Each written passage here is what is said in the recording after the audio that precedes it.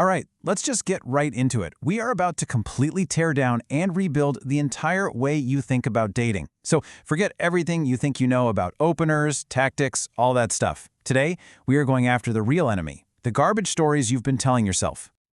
So have you ever wondered why dating feels like this impossible, high-stakes game? Where every single move feels like it could lead to catastrophic failure? Why just talking to a woman feels like it could trigger a complete nuclear meltdown of your self-worth? Well, the whole idea we're breaking down today says it's because dating is basically a minefield designed to activate every single one of your deepest-seated insecurities. So here it is. This is the core idea.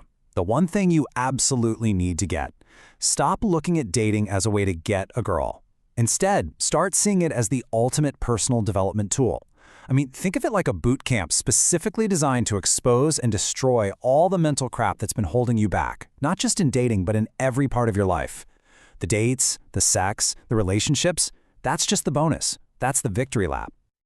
Okay, so if we're going to win this battle, you first have to know who you're actually fighting. And let me tell you, it is not the women, it is not the world, and it's not your competition. The enemy is inside your own head. This is your enemy. We're going to call them self-limiting beliefs, or SLBs for short. Now, what are they? They're the false, totally distorted negative narratives that you've just kind of absorbed your entire life. They are not reality. They're just a broken mental program that's running in the background, controlling how you think, how you feel, and how you act. And these SLBs, they're not random. They usually fall into a few pretty predictable toxic categories. You've got the ones about you. I'm too shy, I'm too broke, I'm a loser.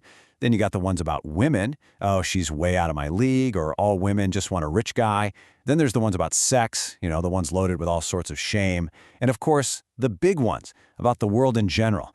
Do any of these sound a little familiar? Yeah, they're basically the greatest hits of self-sabotage.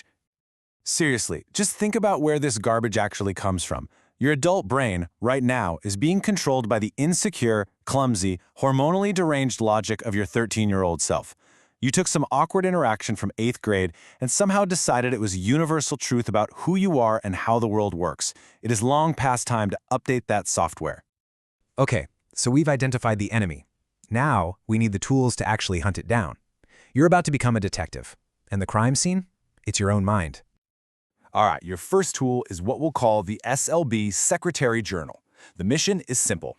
For 1 week, you're going to write down every single negative, self-limiting thought that pops into your head about dating, women, or yourself. Don't filter it, don't judge it. The whole goal is to drag these slimy little lies out of the dark corners of your brain and pin them down on paper so you can finally see them for what they really are: complete and utter bullshit. Your second tool is a language audit. See, the words you use reveal your beliefs, so you have to start policing them. Saying, "she shot me down," makes you the victim in a war. But saying, "she said no," that's just a fact. "I got rejected," that's a judgment on your entire self-worth. "She had low interest," that's an observation about her. You have to start catching this victim language and rephrasing it into objective reality. You starve your SLBs of their power when you change the words you use to describe your world. So, you've identified the lies. You've audited your language. But look, you can't just think your way out of this. It is time for action. It's time to go to the gym for your social and mental muscles. And that gym is your discomfort zone. And here is exactly why this works. Your comfort zone, that's where your SLBs get to whisper and stay hidden in the shadows. But the stretch zone, that place where you feel anxious and uncertain, that's where they start screaming at you. And believe it or not, this is a good thing, because when they're screaming, they're exposed. And when they're exposed, you can finally kill them. Action is what makes them visible. We're going to start with the warm-up. These are low-stakes drills.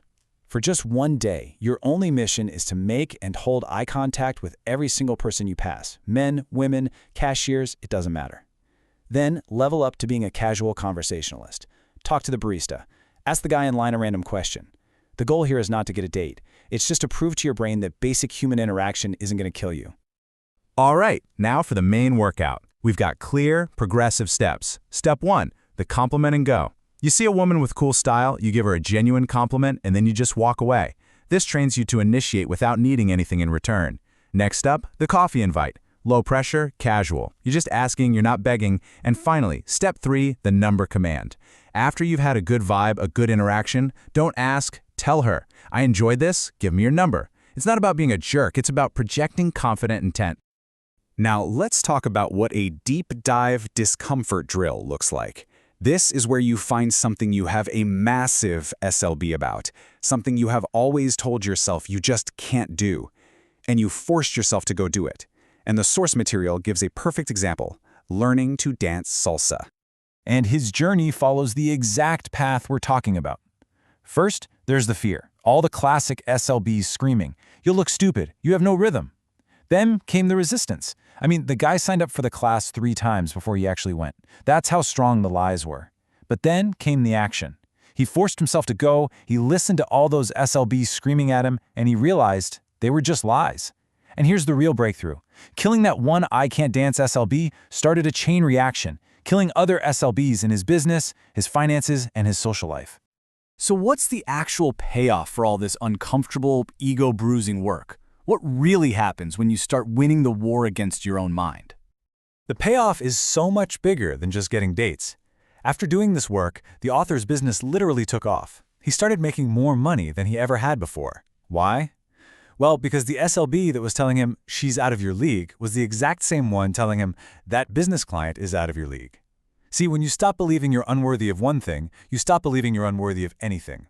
New opportunities just started appearing. And then, as a totally natural side effect of becoming a more confident, grounded man, yeah, he went on plenty of dates and had lots of sex. The internal change creates the external results. And this, right here, is the single most important takeaway from all of this.